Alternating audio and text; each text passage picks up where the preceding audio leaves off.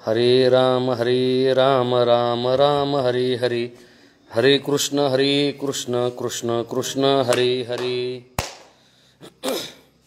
हरे राम राम राम हरे हरे, हरे कृष्ण कृष्ण कृष्ण हरे हरे। हरे राम राम राम हरे हरे, हरे कृष्ण कृष्ण कृष्ण हरे हरे।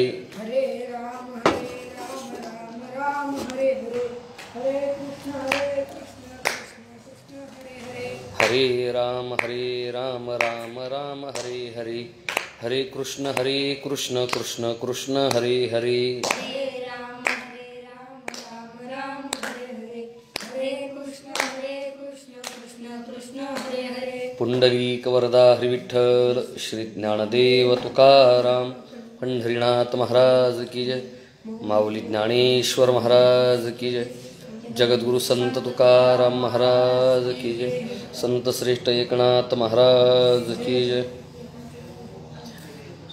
आत्मास्त्वं गिरिजामति सहचरा प्राणा शरीरं गृहं, पूजास्ते विधि विषयोपभोग रचना निद्रा समाधि स्थितिः, संचारस्तु पदयो प्रदक्षिणा विधि स्तोत्राणि सर्वा गिरो, यद्यत् कर्म करोमि तत्तत् अखिलं शंभो तवाराधनम्।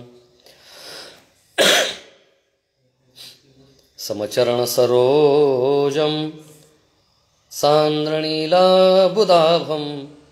जगनविहितपाणिं मण्डनं मण्डनानां, तरुणतुलसीमाला कंदरं कञ्जनेत्रं, सदैधवलहासं विठ्ठलं चिंतयामि।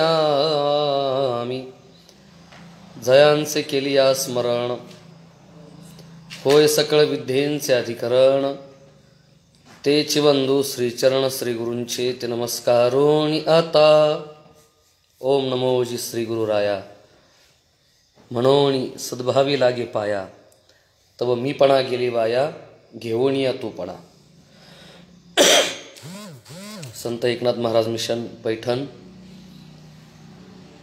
माझे परममित्र आदरणीय बाळासाहेबजी महाराज खरमाळे, आदरणीय शेखरदादा जांभूळकर, परमश्रद्धेय गुरुवर्य संतोषजी महाराज पायगुडे, आणि ज्यांच्या छत्रछायेखाली हा सर्व उपक्रम सुरू आहे ते परमश्रद्धेय गुरुनाम गुरुवर्य योगीराजजी बाबा गोसावी यांच्या मार्गदर्शनाखाली संतश्रेष्ठ एकनाथ महाराजांच्या भागवतावरील निरूपणं आणि त्यातील हा तृतीय दिवस। सर्वप्रथम मी आपणा सर्वांची दिलगिरी व्यक्त करतो, काही तांत्रिक अडचणीमुळे आपला नियोजित हा जो फेसबुक लाईव्ह आहे 6:55 आपण सुरू करणार होतो, तो थोडासा विलंबाने आपण सुरू करत आहोत। काही तांत्रिक अडचणी होत्या रेंजच्या संदर्भातल्या, आणि त्या आता दूर झालेल्या आहेत, आणि मला अत्यानंद होतोय की या निमित्ताने मी आपल्यासमोर काही 2-4 शब्दाची सेवा या ठिकाणी करू शकतोय। गेली 8-10 दिवस प्रकृती अस्वास्थ्यामुळे मी तसा एक प्रकारे क्वारंटाईनच आहे। मी कोणत्याही प्रकारची कोविडची लक्षणं नाहीत, कोविडचे 2 डोस माझे झालेले आहेत, परंतु वातावरणातील हा जो अवखळपणा आहे, थंडी ऊन वारा पाऊस, याच्यामुळे थोडंसं प्रकृती अस्वास्थ्यामुळे गेली 8 दिवस बोलायला थोडा त्रास होतो आहे। आज या तृतीय अध्यायातील सेवा करण्याचं कार्य माझ्याकडे आलेलं आहे, आणि गेली 8-10 दिवसापूर्वी आदरणीय खरमाळे महाराजांनी ही सेवा माझ्याकडे रुजुवात केली, तेव्हापासून फार मनामध्ये होतं की संतश्रेष्ठ एकनाथ महाराजांचा भागवत हा डोळ्यासमोर घ्यावा, तो वाचावा, परंतु प्रकृती अस्वास्थ्यामुळे तेवढा वेळ गेली 8-10 दिवसामध्ये मिळाला नाही। आज या ठिकाणी थोडीशी सेवा करत असताना या तृतीय अध्यायाच्या निमित्ताने माझे परमस्नेही आचार्य महान विद्वत प्रचूर गणेशनाथजी योगी, आचार्य आदरणीय पांडुरंगजी महाराज शितोळे, आदरणीय एकनाथजी महाराज सांगोलकर विद्वतरत्न, आदरणीय संतोषजी महाराज पायगुडे, आदरणीय शेखरदादा जांभूळकर आणि आदरणीय बाळासाहेबजी महाराज खरमाळे यांनी या तृतीय अध्यायाच्या संदर्भातल्या काही ओव्या मला प्रसाद रूपाने पाठवल्या आणि त्या संबंधाने थोडंसं आपल्याशी भाष्य करत असताना आज गेल्या 8-10 दिवसानंतर पहिल्यांदा काहीतरी संवाद करण्याचं सौभाग्य मला लाभलं. असो, फार प्रास्ताविकामध्ये पल्ला न लांबवता ज्याच्याकरता आपण माझी योजना केली, आपण अतिशय भाग्यवान आहोत मनुष्य म्हणून जन्माला आलो. कारण हे मनुष्य जीवन इतक्या सहजासहजी लाभत नाही, या अर्थाची साधू संतांची बहुविध प्रमाण आहेत. पावला हा देह कागटाली न्याय न घडो ते उपाय घडो आले, बहुता दिवसा फेरा आला या नगरा बडे भाग मनुष्य तनु पावा सुरदुर्जळ सदग्रंथ निघावा. केवळ मनुष्य म्हणून जन्माला आलो एवढ्यापुरतं आपलं भाग्य मर्यादित नाही, तर ते मनुष्य जीवन आपल्याला हिंदुस्थानमध्ये मिळालं. भरतखंडेनं मनुष्यदेह प्राप्ती हे तो परमभाग्याची संपत्ती. त्यातही आपण महाराष्ट्रासारख्या संत भूमीमध्ये जन्माला आलो. ज्ञानोबारांच्या नंतर जन्माला आलो, तुकोबारांच्या नंतर जन्माला आलो, नाथबाबांच्या नंतर जन्माला आलो. खऱ्या अर्थाने आपण अतिशय भाग्यवान आहोत, या पुण्यभूमीमध्ये जन्माला आलो. गीतेच्या नंतर जन्माला आलो, रामायणाच्या नंतर जन्माला आलो, भागवताच्या नंतर जन्माला आलो. गीता, रामायण, भागवत हे सर्व धर्मग्रंथांनी अतिशय मोठे उपकार तुमच्या माझ्यावरती केलेले आहेत. या संपूर्ण ग्रंथांचा आलेख जर आपण पाहिला, त्याची समीक्षा जर आपण करायला गेलो, तर प्रामुख्याने भारतीय परंपरेतले ग्रंथ हे संवादी शास्त्र आहेत. त्याच्यामध्ये संवादीपणा, प्रभावीपणा हा विशेषत्वाने प्रमेयत्वाने आपल्याला पाहायला मिळतो. भुवाया मी स्वतःवर या ठिकाणी उपस्थित आहे. वाद वेगळा, उपदेश वेगळा, संवाद वेगळा. प्रस्तुत या 3य अध्यायामध्ये देखील संवाद आहे. महाराजा जनक आणि नवनारायण, मग त्याच्यामध्ये पिप्पलायन असतील, चमस नारायण असतील, प्रबुद्ध नारायण असतील, अंतरिक्ष नारायण असतील, प्रबुद्ध नारायण असतील, दुर्मिळ नारायण असतील, कवी नारायण असतील, या नवनारायणाचा आणि महाराजा जनकाचा एक अत्यंत सुंदर संवाद उत्तर कालखंडामध्ये आपल्याला त्याचा विचार करायचा आहेच. परंतु ज्या परंपरेचे आपण पाईक आहोत, या भारतीय संस्कृतीला फार मोठी संवादाची परंपरा आहे. फार अभिजात संवाद या संस्कृतीने विश्वाला दिले, जगताला दिले. भागवताचं चिंतन करत असताना गीता भागवत करीती श्रवण अखंड चिंतन विठोबाचे संतश्रेष्ठ तुकोबाराय म्हणतायत. गीता देखील एक संवादी शास्त्र आहे. मी थोडा त्याचा विचार मांडून पुन्हा भागवताच्या 3य अध्यायाचा आपण विचार करू. गीतेच्या 18 अध्यायांना व्यासांनी त्याचा शेवट करत असताना, त्याचा उपसंहार करत असताना श्रीकृष्णार्जुन संवादे, मग पहिला अध्याय असेल तर अर्जुन विषाद योगोनाम, 15वा अध्याय असेल तर पुरुषोत्तम योगोनाम, पुढे भक्ती कर्मसन्यास योगोनाम, पुढे दैवी संपत्ती योगोनाम. म्हणजे गीतेच्या 18 अध्यायाची सांगता करत असताना व्यासांनी श्रीकृष्णार्जुन संवादे हे अतिशय महत्त्वाचं पद वापरलं. गीतेच्या पहिल्या अध्यायामध्ये केवळ रडारड आहे. याला कसं मारू आणि त्याला कसं मारू. मोहग्रस्त झालेला अर्जुन सांगतो, गुरुण हत्वाई महानुभावान श्रोयम भक्तुम भक्षमपी लोके अत्वार्थ कामाव सुगुरणे व भुंजे भोगान रुद्र प्रदिग्धान. नुसती रडारड आहे, पण त्या रडारडीला देखील व्यासांनी अर्जुन विषाद योगोनाम म्हटलं. अतिशय उंचीचे संवाद आपल्याला भारतीय ग्रंथ संपदेमध्ये पाहायला मिळतात. आपल्याकडे 108 उपनिषद आहेत. प्रामुख्याने 10 मानलेली आहेत. अथोपनिषद, कठोपनिषद, केनोपनिषद, मुंडूक मांडूक्य, तैत्तिरीय, ऐत्तिरीय, छांदोग्य, बृहदारण्यक, श्वेत, श्वेतातर ही प्रामुख्याने 10 उपनिषदं मानलेली आहेत. त्यातल्या बृहदारण्यक उपनिषदामध्ये एका पतीपत्नीचा खाजगीतला संवाद आलेला आहे. पतीपत्नीतला खाजगीतला जरी संवाद असता तरी तो इतका आशयपूर्ण आहे. पतीने प्रश्न विचारावा आणि पत्नीने त्याचं उत्तर द्यावं. नवारे पत्यू कामाय आत्मनस्तु कामाय सर्वं प्रियं भवतु, नवारे पुत्राय कामाय आत्मनस्तु कामाय सर्वं प्रियं भवतु, नवारे जायाय कामाय आत्मनस्तु कामाय सर्वं प्रियं भवतु, नवारे वित्ताय कामाय आत्मनस्तु कामाय सर्वं प्रियं भवतु. असा एक अत्यंत उंचीचा संवाद आपल्याला बृहदारण्यक नावाच्या उपनिषदामध्ये यापूर्वीच्या काळामध्ये पाहायला मिळाला. मी श्रीमद शंकराचार्यांच्या जीवनातले 2 प्रसंग सांगतो.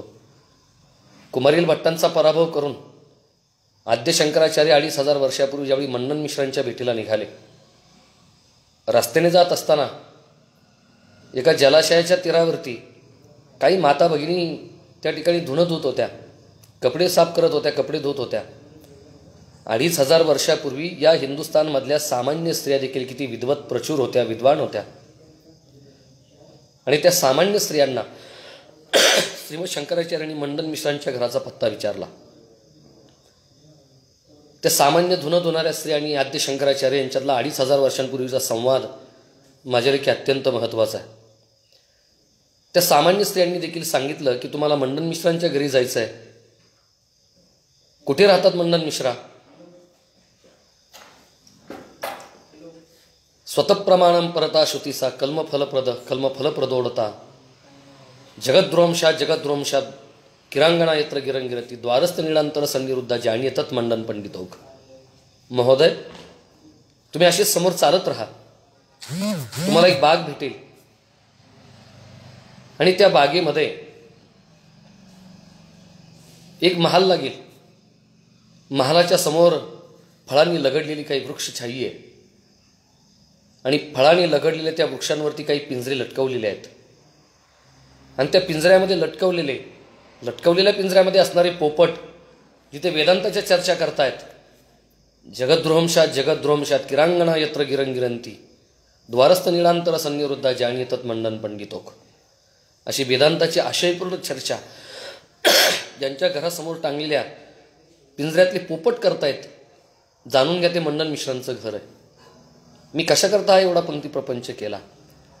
2500 वर्षापूर्वी या हिंदुस्थानमध्ये सामान्य धुणं धुणाऱ्या स्त्रिया देखील इतक्या विद्वत, प्रचूर आहे. असे अनेक आशयपूर्ण संवाद यापूर्वीच्या काळामध्ये आपण पाहिलेले आहेत.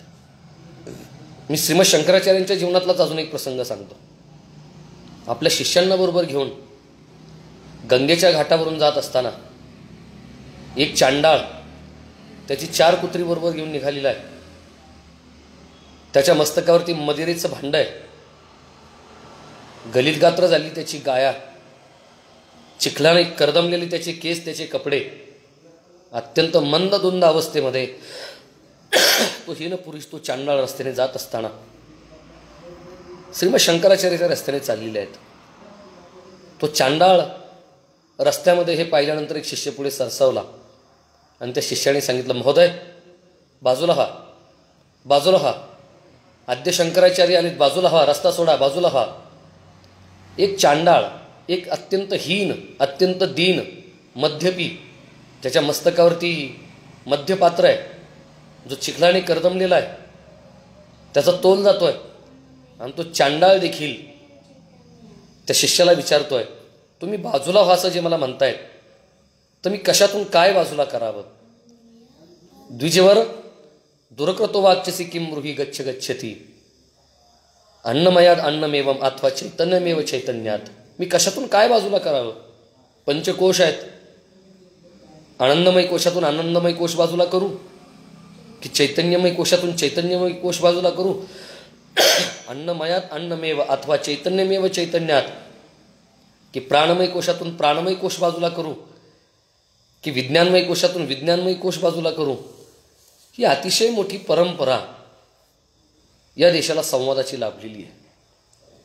या देशातला एक चांडाळ देखील इतका विद्वान आहे. या देशातली धुणं धुणारी एक सामान्य माता भगिनी स्त्री देखील इतकी विद्वान आहे. मी बृहदारण्यक उपनिषदातला नवरा बायकोचा याज्ञवल्क्य आणि मैत्रेयी यांचा संवाद आपल्यासमोर मांडला. एक पती पत्नी देखील इतके विद्वत, प्रचूर आहे, आत्मनस्तु कामय सर्वं प्रियं भवतु, अशी फार मोठी संवादाची परंपरा आपल्या देशाला लाभली. गीतेला लाभली, भागवताला लाभली. रामायणामध्ये अतिशय आशयपूर्ण संवाद आहे. गीतेमध्ये अर्जुनाचे अनेक प्रश्न आहेत. किम ब्रह्म किमाध्यात्म स्थितप्रज्ञस्य का भाषा किम कर्मेती कव्यपत्र मोहिता तत्ते कर्म प्रवक्ष्यामी यज्ञात्वा मोक्षे शुभात, असे अनेक प्रश्न आहेत. मायेपासून कसं तरुण जावं असा देखील एक प्रश्न आहे. तुझी माया अत्यंत दुस्तर आहे. आणि अगदी तसाच प्रकार हुबेहूब सारखा, तसं साधर्म्य मला तृतीय अध्यायामध्ये दिसतंय. या तृतीय अध्यायामध्ये संतश्रेष्ठ एकनाथ महाराजांनी शिष्टाचार पाळलेला आहे. ज्या भारतीय संस्कृतीचे आपण पाईक आहोत त्या संस्कृतीचा एक शिष्टाचार आहे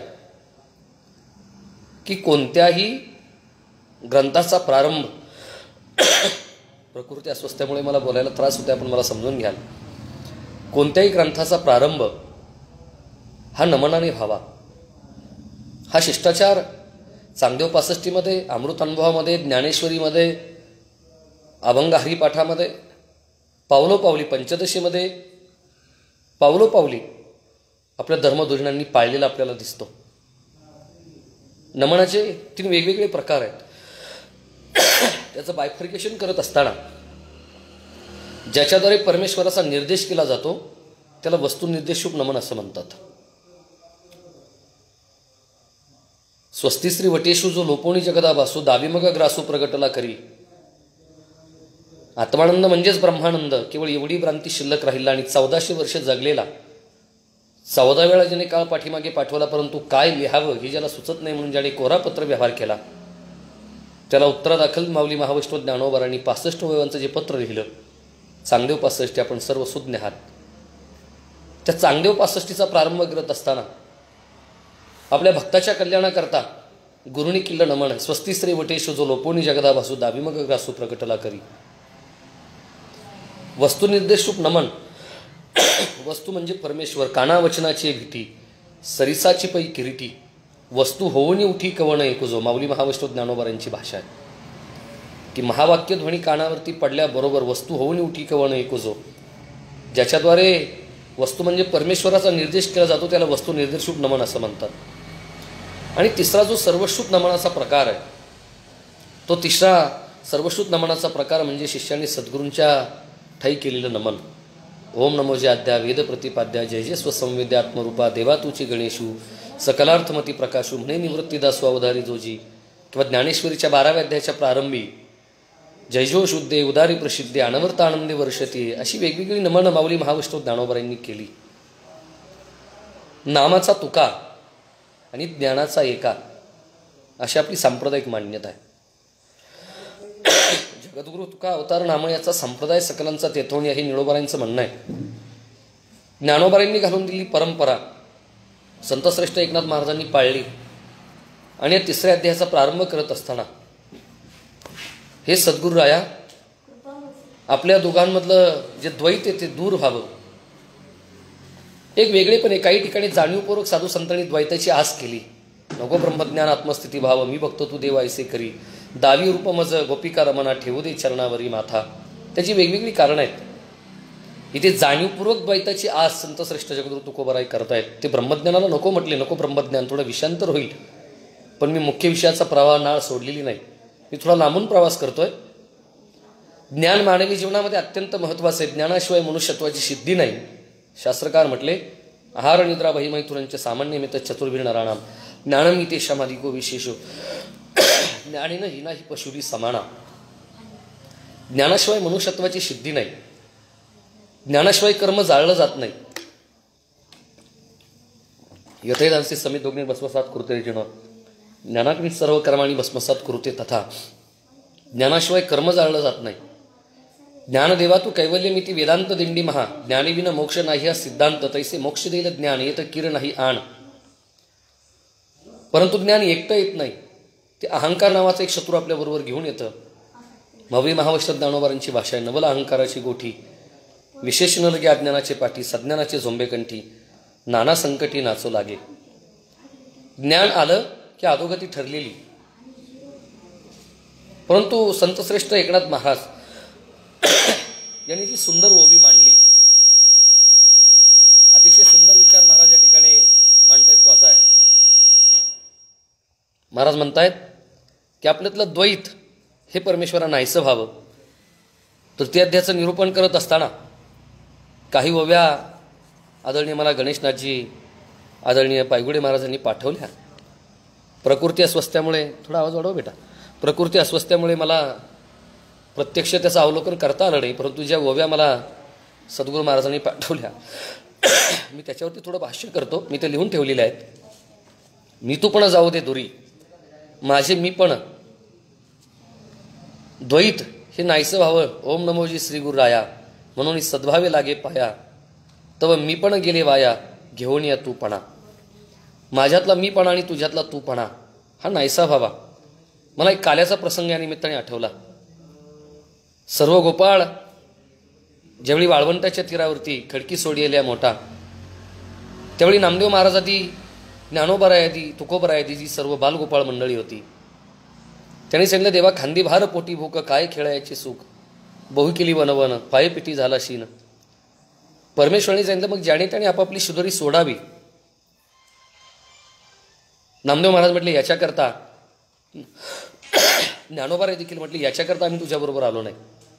कान्होबा, आमची तक्रार आहे तुझ्याबद्दल. कान्होबा, तुझी घोंगडी चांगली, आम्हास का दिली वांगुली रे. आमची नरकमुताणी भरलेली आहे, तुझी शुद्ध सत्वगुणाने विणलेली आहे. आता मितूपणा जाऊ दे दुरी, आणि एकची घोंगडी पांघरू हरी. अगदी तद्वत भाव मला संतश्रेष्ठ एकनाथ महाराजांच्या या तृतीय अध्यायाच्या प्रारंभी या ओळीमध्ये दिसून येतो. ओम नमोजी श्री गुरुराया. हे सद्गुरुराया, मी तुम्हाला नमन करतो.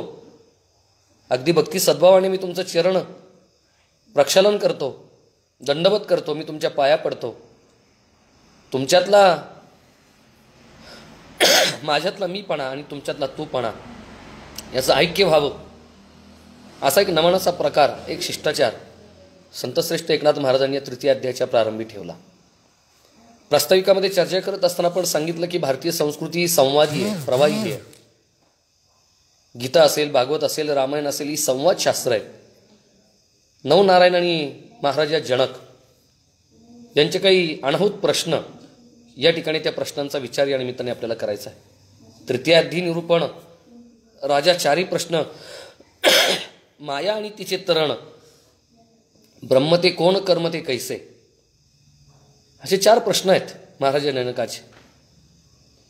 की मायेतून आपली सुटका कशी व्हावी, मायेचं स्वरूप काय, ब्रह्म कसं ओळखावं, कर्माचं स्वरूप काय, कर्मावरती मात कशी करावी, असे वेगवेगळे प्रश्न आहेत.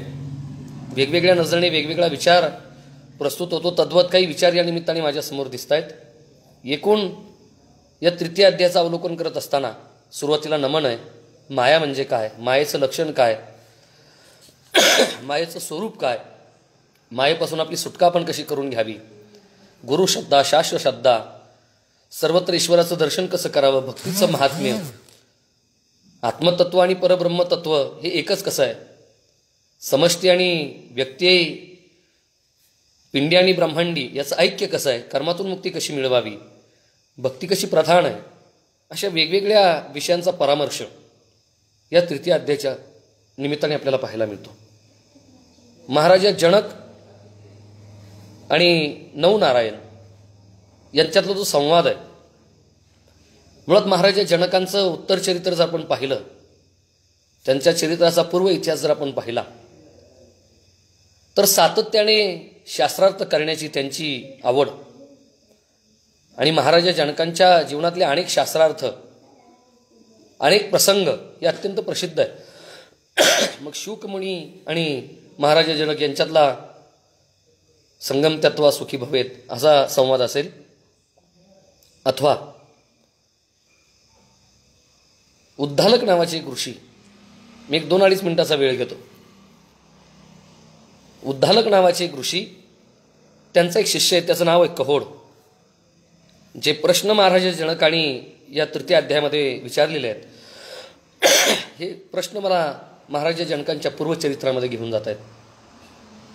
अष्टविक्र गीता जर आपण पाहिली, तर अष्टवक्र गीता आणि या तृतीय अध्यायातले काही प्रश्न यांच्यामध्ये अतिशय मोठं साधर्म्य मला या निमित्ताने पाहायला मिळतं. उद्धालक नावाचे एक फार मोठे ऋषी झाले. आपल्या संस्कृतीला फार मोठी ऋषींची परंपरा आहे. पुला असेल, पुलसे असेल, पिप्पलाद असेल, जीवक असेल, चरक असेल, सुश्रुत असेल, कात्यायन असेल, सौम्य असेल, अष्टावक्र असेल, कणाद असेल, जैमिनी असेल, उद्धालक असेल, श्वेतकेतू असेल. मी नेहमी सांगत आलो, आपलं दुर्दैव आहे की आइन्स्टाईन, न्यूटन, डार्विन, पिटो, Kant, Socrates, Galileo, Byron, Pascal, Madame Curie, Louis Pasteur, लॅटिन, थोरो असे नावं ऐकली की आपलं ऊर दाटून येतं. परंतु अतिशय मोठी संत महात्म्यांची परंपरा, ऋषीमुनींची परंपरा या भारतीय संस्कृतीला लाभलेली आहे. उद्धालक नावाचे एक ऋषी आहे आणि त्यांच्या भक्ताचं नाव आहे, त्यांच्या शिष्याचं नाव आहे कहोड. या तिसऱ्या अध्यायातील महाराजा जनकाने जे प्रश्न विचारले, त्या प्रश्नाचा संदर्भ मला अष्टावक्र गीतेमध्ये दिसतो, म्हणून मी थोडासा लांबून प्रवास करतोय. कहोड हे अत्यंत सद्गुरू भक्त आहेत.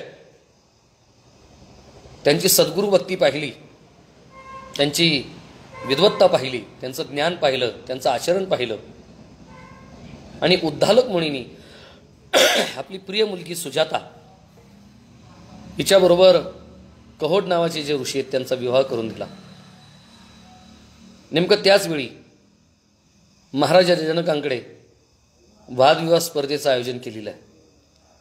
या विश्वभरातले विद्वान वादविवाद संवाद करण्याकरता महाराजा जनकाच्या दरबारामध्ये गेलेले आहेत. अतिशय विद्वान महर्षी कहोड देखील त्या ठिकाणी गेलेले आहेत. कहोड आणि सुजाता यांचा प्रपंच अत्यंत गुण्यागोविंदाने चाललेला आहे. एकदा वेदमंत्र म्हणत असताना प्रोनाउन्सिएशन उच्चार थोडासा चुकला आणि गर्भामध्ये असणाऱ्या बाळाने हसून सांगितलं, चूक लक्षात आणून दिली. आणि कहोड ऋषींना थोडासा राग आला की तो अजून विश्वामध्ये आला नाही, जगामध्ये आला नाही, तरी बापाची चूक काढायला लागला. आपली पत्नी सुजाता तिच्या गर्भावरती कहोड ऋषींनी लात मारली आणि गर्भ 8 ठिकाणी वाकडा.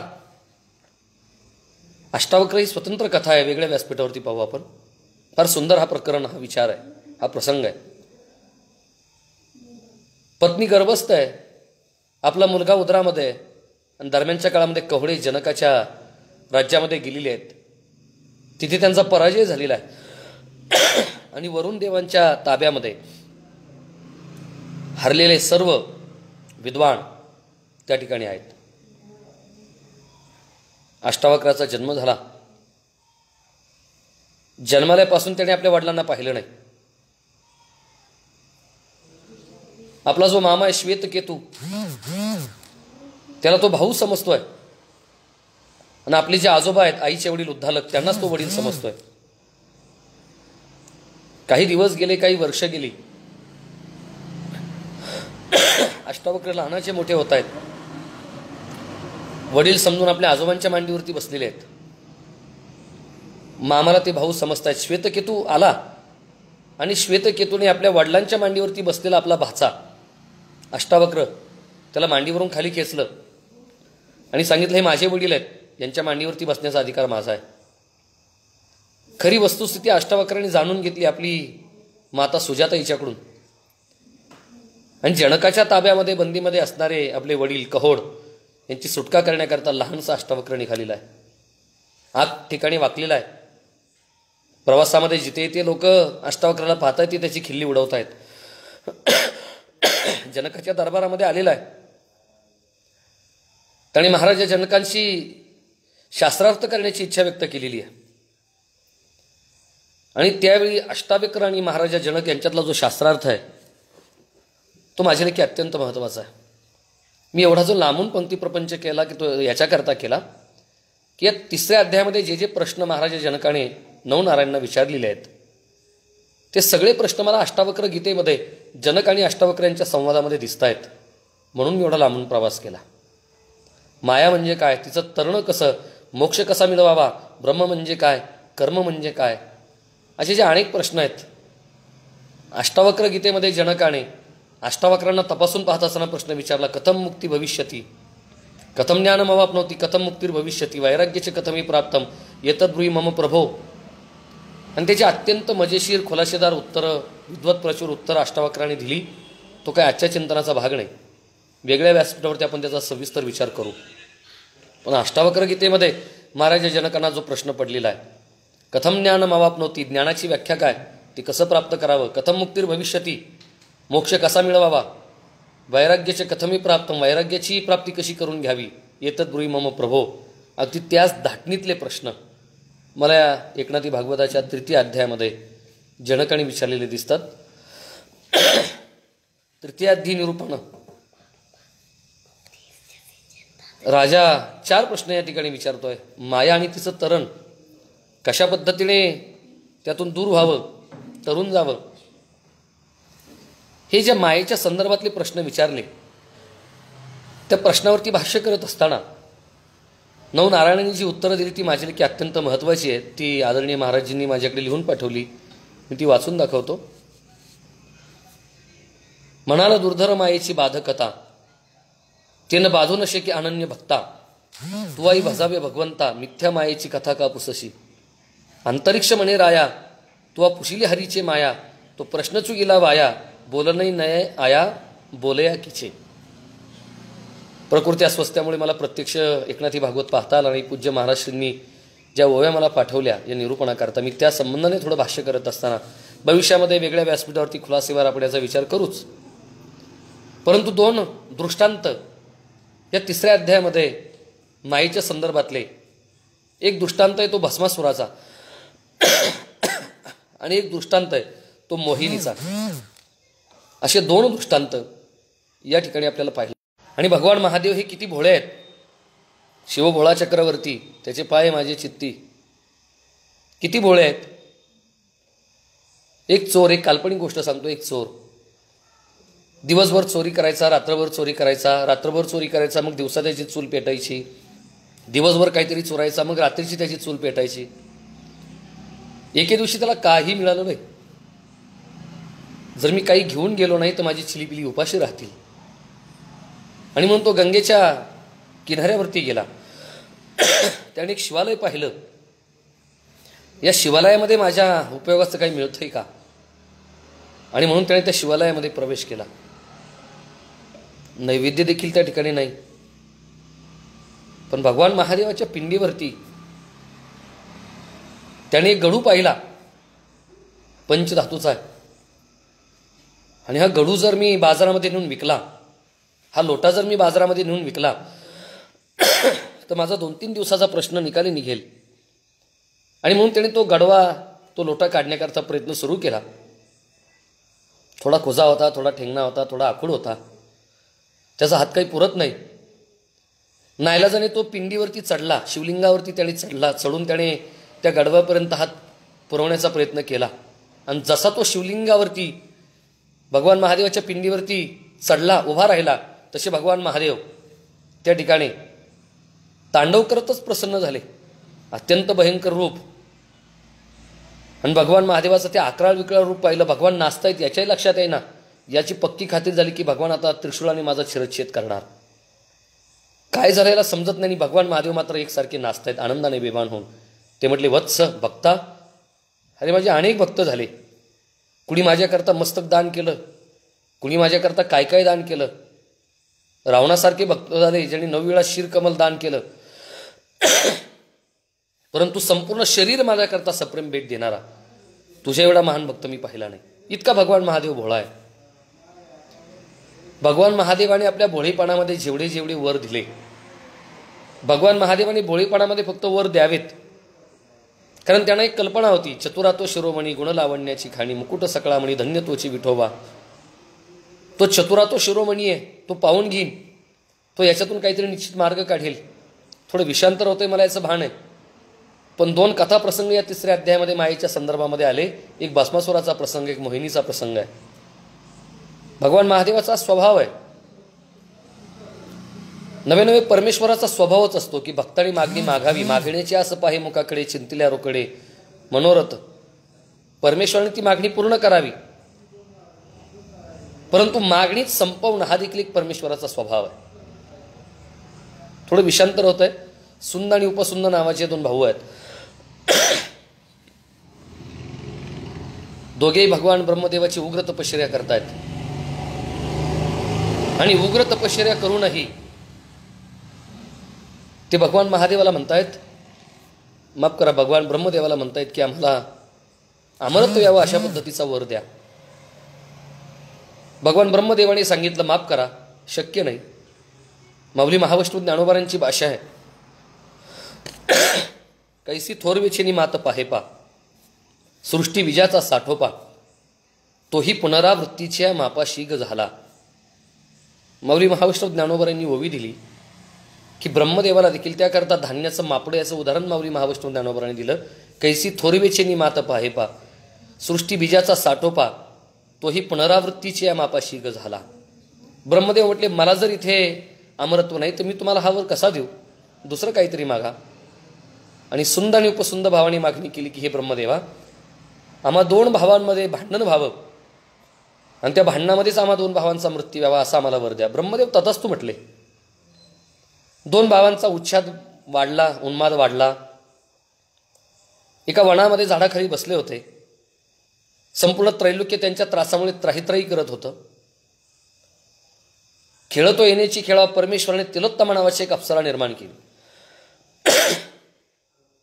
आणि ती तिलोत्तमा नावाची अप्सरा त्या 2 भावांच्या समोरून निघाली. दोघांनी एकाच वेळी तिला पाहिलं आणि दोघे भाऊ एकदम म्हणाले, दादा बघ तुझी वहिनी चालली. पहिला भाऊ दुसऱ्या भावाला म्हटला तुझी वहिनी चालली. दुसरा भाऊ पहिल्या भावाला म्हणाला तुझी वहिनी चालली. वहिनी कोणाची याच्यावरून भांडण झालं आणि भांडणात 2 भावांचा मृत्यू झाला. ही जी सुंद आणि उपसुंदाची कथा आहे, ही भस्मासुराची कथा देखील तशीच आहे. भस्मासूर नावाचा एक भगवान महादेवाचा भक्त आहे. रोज गरम गरम चिताग्नी आणि चिताभस्म पुरवायचं काम त्याच्याकडे, जबाबदारी त्याच्याकडे आहे. एके दिवशी त्याने भगवान महादेवाकडे तक्रार केली की हे परमेश्वरा प्रभू, ही रोज मेलेली माणसं शोधायची कुठून? त्यापेक्षा मला एक असा वर द्या की ज्याच्या मस्तकावरती मी हात ठेवीन त्याची राख व्हावी, त्याचा भस्म व्हावा आणि मी कोणाच्याही मस्तकावरती हात ठेवणार नाही. जी माणसं मरणासन्न अवस्थेमध्ये आली, मृत्यूला कंटाळली, वैतागली, स्वतःहून मृत्यू मागतायत, मी त्यांच्याच मस्तकावरती हात ठेवीन. भोळे महादेव तथास्तु म्हटले. आणि पार्वती मातेच्या मोहापायी भस्मासूर भगवान महादेवाच्याच मस्तकावरती हात ठेवायला निघाले. नवनारायण वर्णन करतायत, यापेक्षा त्या प्रभूची माया ती काय आहे. माया फार विलक्षण आहे. माया फार विलक्षण आहे. माता पार्वतीच्या मोहापायी ब्रह्म हे मोहिनी रूपाच्या पाठीमागे लागले. श्री हरी विष्णूचा मोहिनी अवतार याचाही सर्व कथाभाग आपल्याला माहिती आहे. सुंद उपसंदांचा विचार मी आणि मित्र आपल्या समोर मांडला. ह्या 2 कथा मायेच्या संदर्भातल्या हे 3ऱ्या अध्यायामध्ये आपल्याला पाहायला मिळत आहेत. असं मी त्याचा विस्तार नंतर करील. नाथ महाराज म्हणतात, म्हणाल दुर्धर मायेची बाधकता, दुर्धर मायेची बाधकता, ते बाधू न शके अनन्य भक्ता, तुवाई भजावे भगवंता, मिथ्या मायेची कथा का पुसशी. नवनारायणचा प्रश्न आहे की तुम्ही हा मिथ्या मायेचा प्रश्न विचारता तरी का? जो परमेश्वराची, जो आपल्या सद्गुरूंची अनन्य भक्ती करतो, माया त्याचं काही बिघडवू शकत नाही. मी 2-3 प्रमाण सांगतो. हरी हरी तुम्ही म्हणारे सकळ, तिने माया जाळ तुटतील. ज्ञानदेव म्हणता माया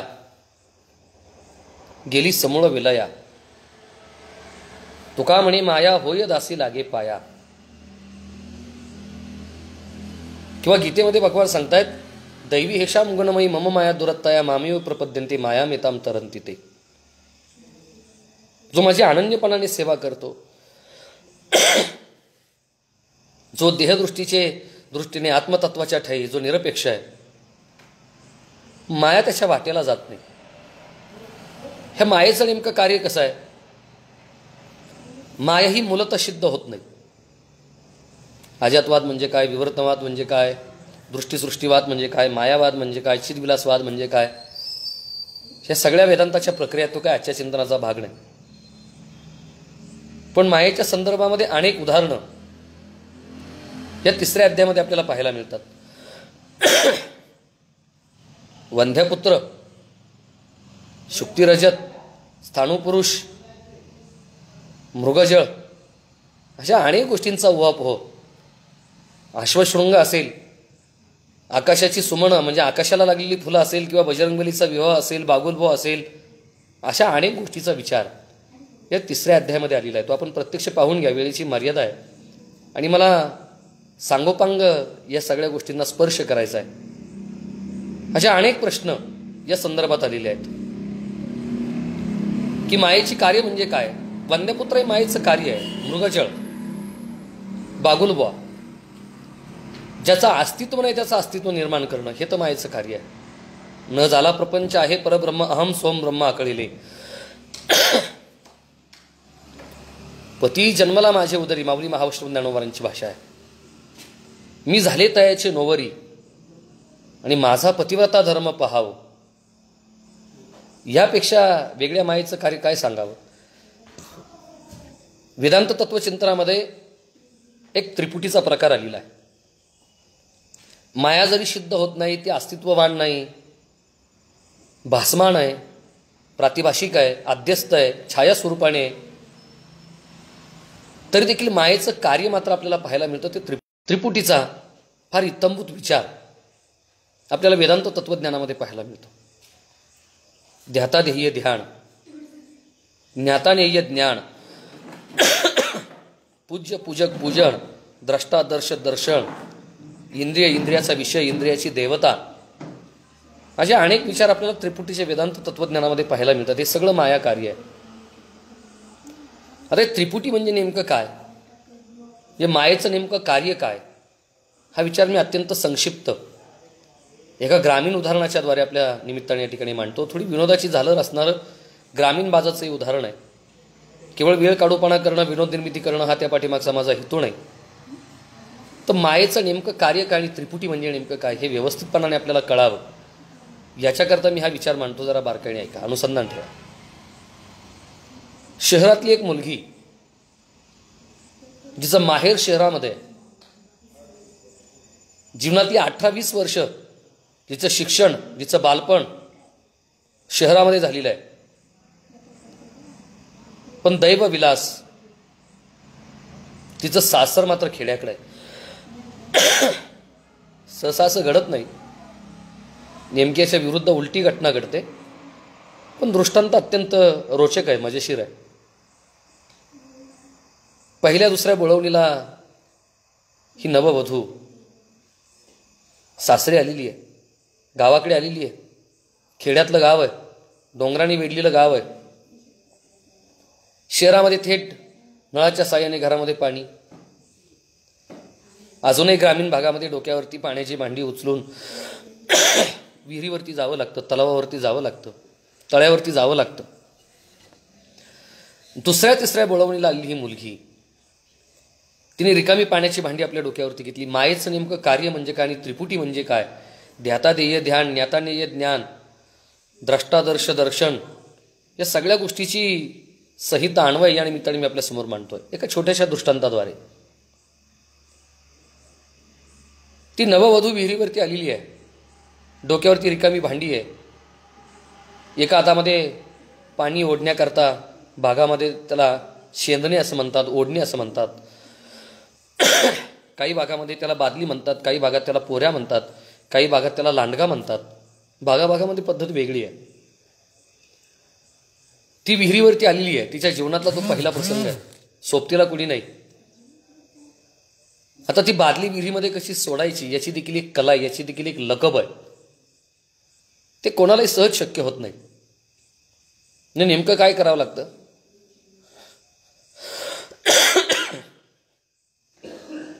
एका हातामध्ये दोर, रशी, कास्त्रा हा घ्यावा लागतो. दुसऱ्या हाताने ती बादली अशी अंदाजाने, कलाने सावकाश विहिरीमध्ये सोडावी लागते. श्रोतुवर्गातील अनेक मंडळींचा हा पूर्व आश्रम किंवा त्यांना अनुभव आला असेल पूर्वाश्रमी. एका हातामध्ये तिने दोर घेतलेला आहे आणि अंदाजाने बादली सोडण्याच्या ऐवजी तिने धाडकन एकदम बादली सोडून दिलेली आहे. सुमारे 60-65 फूल खोलीची ती विहिरी आहे. त्याच्यामध्ये, त्या विहिरीमध्ये साधारणतः 45 ते 50 फूट पाणी आहे. धाडकन बादली त्या पाण्यावरती आदळली, तसा तिच्या हाताला झटका बसला. त्रिपुटी म्हणजे काय, मायेचं कार्य म्हणजे काय, मी याच्याकरता हा विचार मांडतो. जसा हाताला झटका बसला, तिच्या नाकातली सुवर्णमंडित रत्नजडित नथ ही निखळून काही हजारो रुपये किमतीची पाण्यामध्ये पडली. पहिल्या दुसऱ्या बुळवणीला सासरी आलेली ही मुलगी. नवऱ्याचा स्वभाव माहिती नाही, सासूचा स्वभाव माहिती नाही, नणंदेचा स्वभाव माहिती नाही, आणि एवढी बहुमोल किमतीची नथ पाण्यामध्ये पडलेली आहे. त्या विहिरीच्या धावेवरती ती ढसाढसा धायमोकलून रडायला लागली. विहिरीच्या बाजूने एक रस्ता चाललेला आहे आणि त्या रस्त्याने एक पांतस्थ जात असताना त्याने ते रडणं ऐकलं. तो त्या मुलीच्या जवळ आला, त्या नववधूच्या जवळ आला आणि त्याने सांगितलं, ताई तू माझ्या मुलीसारखी आहे बेटा, का रडतेस? तिने सांगितलं, बाबा तुम्ही माझ्या वडिलांसारखे आहात. शहरामध्ये वाढलेली मी पहिल्या दुसऱ्या बोलवणीला गावी आले, सासरे आले. ही बादली कशी सोडावी मला माहिती नाही. मी धाडकन बादली विहिरीमध्ये सोडली, माझ्या हाताला झटका बसला आणि नाकातली सोन्याची रत्नजडित नथ विहिरीमध्ये पडली. तो पांतस्थ वाटसरू म्हटला, एवढंच ना? अरे मी पट्टीचा पोहणार आहे, हे माझं 4-2 मिनिटाचं काम आहे, 2 मिनिटात ती नथ काढून देतो. दिवसाचे 10-10:30 वाजलेले आहेत. थेट सूर्यप्रकाश त्या विहिरीमध्ये तळापर्यंत पोहोचलाय. काळंवर स्वच्छ पाणी. त्या वाटसरूने त्या विहिरीमध्ये उडी मारली. 45-50 फूट त्या विहिरीमध्ये पाणी आहे. तो साधारणतः 35 फूट पाण्यातल्या पाण्यात खोलवर गेला. सोन्याची होती, रत्नजडित होती, आणि म्हणून 10-15 फुटावरूनच ती नथ चमकली. त्याने पाहिली पाण्यातल्या पाण्यात, आणि तो मोठ्याने ओरडला, सापडली.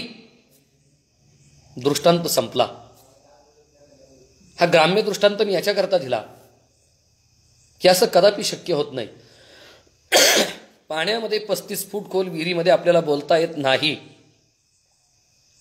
बोलण्याचा प्रयोगही करू नका, अन्यथा अशी माझ्यासारखी अवस्था होईल, बोलता यायचं नाही. अगदी उद्या सकाळी बादलीभर पाण्यामध्ये प्रयोग करायला हरकत नाही. घरच्या घरी बादलीभर पाणी घ्या आणि त्याच्यामध्ये डोकं बुडवा. पाण्यात आपल्याला बोलता तर येणार नाही, पण नाकात तोंडात पाणी गेल्याशिवाय राहणार नाही. का तो माणूस बोलू शकत नाही का? 2 मिनिटापूर्वी तर दिलासा देत असताना त्याने सांगितलं, मी पट्टीचा पोहणार आहे, तो माझ्या मुलीसारखी, मी 2 मिनिटात नथ काढून देतो. मग नथ त्याला पाण्यात दिसली तरी तो आनंद व्यक्त का करू शकत नाही? याचं कारण आहे, इथे त्रिपुटीची अडचण आहे, इथे माया तत्वाची अडचण आहे. हे मायेचं कार्य आहे, हे त्रिपुटीचं कार्य आहे. ध्याता ध्येय ध्यान, ज्ञाता नेय ज्ञान.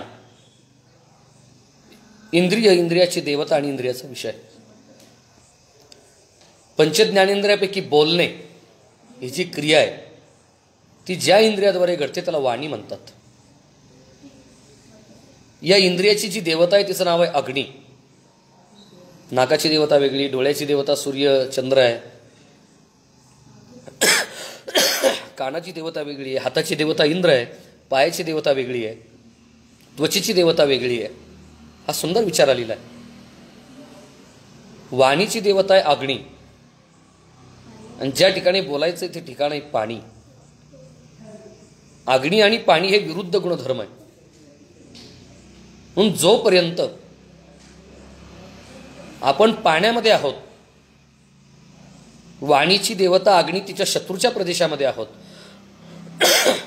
तोपर्यंत देवता आपल्याला सहकार्य करत नाही.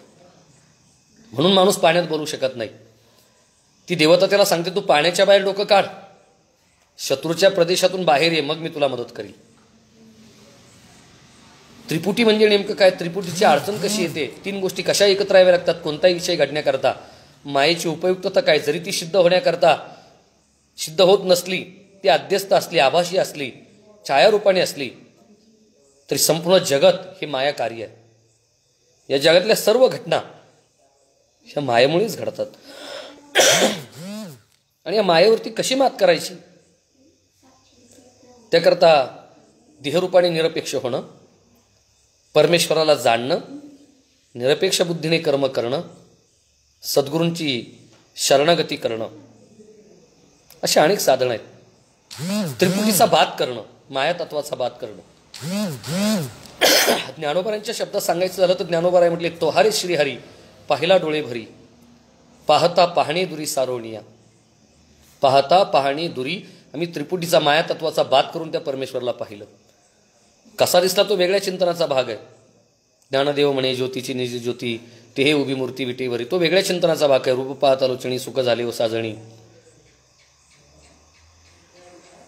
तुकोबराय हा त्रिपुटीचा बात करणं ही कला केवळ साधू संतांना संत महात्म्यांना साध्य आहे असं म्हणत असताना म्हटले, बैसलिये ठाई लागले भरते आणि त्रिपुटीवरती भेदी ऐसे.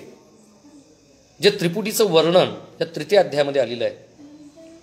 त्रिपुटी हे मायेचं स्वरूप आहे आणि त्याच्यावरती मात कशी करावी याचा संक्षिप्त विचार या निमित्ताने आपल्या समोर मांडला. सर्वत्र परमेश्वराचं दर्शन करणं, तुकोबारांचे अनेक प्रमाण माझ्या नजरेसमोर आहेत.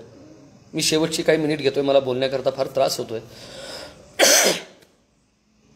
तुकोबाराय म्हटले, जणय सुखाचे दिल्या घेतल्याचे अंतही काळीचे नाही कोणी झाल्याही न शक्ती नाके डोळे पळती सांडोनिया पळती रांडा पोरे बाईल म्हणती खरं मारता तरी बरे नासेले गेला थुंकोनिया मैत्र केला महाबळी कामाने अंतकाळी सोडविना राजा देशीचा सौदर्य आणि कसवरी भरी बली तुका म्हणे तुझा सोडविना कोणी एका चक्र पाणी वाचवणिया. मग काही लोक म्हटली, महाराज हे तुम्हाला माहिती आहे तरी तुम्ही लोकांमध्ये कसे, तुम्ही देऊमध्ये कसे, तुम्ही परिवारामध्ये कसे, तुम्ही बायका मुलांमध्ये कसे. महाराजांनी जे उत्तर दिलं ते मला या तिसऱ्या अध्यायामध्ये अत्यंत चपकलपणे दिसतं. महाराज म्हटले, भूती देव म्हणून भेटतो या जना नाही आहे भावना नारी नर. देवासाठी झाले ब्रह्मांड सोय रे कोवळ्या उत्तरे काय वेचे. आणि तेच महाराज या ठिकाणी सांगतायत की सर्वत्र परमेश्वराचं दर्शन पाहणं म्हणजे नेमकं कशा पद्धतीने. आणि पुत्राधिक जे जे घरी ते ते भगवत सेवेवारी स्वय कृष्णार्पण करी माझी म्हणून न धरी ममता जीवी. या पद्धतीने विठ्ठल जेळी स्थळी भरला रिता ठाव नाही उरला अजिम्या दृष्टीने पाहिला विठ्ठलूची विठ्ठल. सर्वत्र परमेश्वराचं दर्शन, सद्गुरूंवरती निष्ठा कशा पद्धतीने. जैसे देवाची ठाई भाऊ तैसासी गुरुचरणी सद्भाव गुरुदेवा माझी पहा हो बिनवत तो भाव असे ना. या पद्धतीने जर आपण जीवनामध्ये वाटचाल केली तर निश्चित पद्धतीने आपलं जीवन हे सुखी आणि समृद्ध झाल्याशिवाय, माया तत्वावरती मात केल्याशिवाय, कर्माच्या परे गेल्याशिवाय, ब्रह्माची ओळख आपल्याला झाल्याशिवाय राहणार नाही. मी एका ओवीचा उल्लेख करतो आणि आपली रजा घेतो. महाराज कर्माच्या मुक्तीच्या संदर्भामध्ये एक ओवी म्हणतायत, लोहाची वेळी पडली पायी ते तोडावाया घणू हाणीला पायी ते घणूची विकोणी खादला जिही त्याचे बंधन काही तुटे ना. मग अशा पद्धतीने जर आपण हा अत्यंत सुंदर दृष्टांत महाराजांनी दिला की आपल्याला जर कर्मानुबंधीने मनुष्य लोक या नियमाप्रमाणे जर कर्मरूपी लोहाची बेडी जर आपल्या पायी असेल तर ती बेडी तोडण्याकरता घणाशिवाय दुसरा पर्याय नाही. पण तो जो पर्याय आहे तोच घन जर आपण बाजारामध्ये विकला, तो पर्याय जर आपण नाहीसा केला तर निश्चितपणाने आपली कर्मातून सुटका होणार नाही. कर्मातून सुटका होण्याकरता, मोक्ष मिळण्याकरता, ब्रह्माची ओळख होण्याकरता, मायेतून तरुण जाण्याकरता जे अनेक विचार या तिसऱ्या अध्यायामध्ये आले, जनकाचे आणि कवी नारायणाचे जे संवाद आहेत त्याचा सारांश या निमित्ताने मी आपल्यासमोर मांडत असताना शेवटी एका श्लोकाचा उच्चार करतो. तस्मात् गुरुं प्रपद्ये जिज्ञासु श्रेय उत्तमं शाब्दे परिचय निष्णातम ब्रह्मणी पोषभा. असो, आपण मला गेली काही वेळ सहन केलं. प्रकृती अस्वस्थ्यामुळे गेली 8-10 दिवस मी तसं क्वारंटाईन आहे. परंतु आदरणीय महाराजींचा आदेश आणि संतश्रेष्ठ एकनाथ महाराजांची सेवा करण्याचं सौभाग्य माझ्यासारख्या पामराला मिळालं. ही सेवा कशी सोडावी आणि म्हणून अशाही वातावरणामध्ये ही सेवा मी आपल्या सर्वांच्या चरणाठाई या ठिकाणी रुजवात करतो. आपण मला सहन करून घेतलं, ज्यांच्यामुळे मला ही सेवा प्राप्त झाली ते सर्व संत सज्जन मायबापांच्या चरणी या ठिकाणी विनम्र अभिवादन करतो आणि आपणा सर्वांची रजा घेतो. पुंडलिक वरदारी विठ्ठल श्री ज्ञानदेव तुकाराम पंढरीनाथ महाराज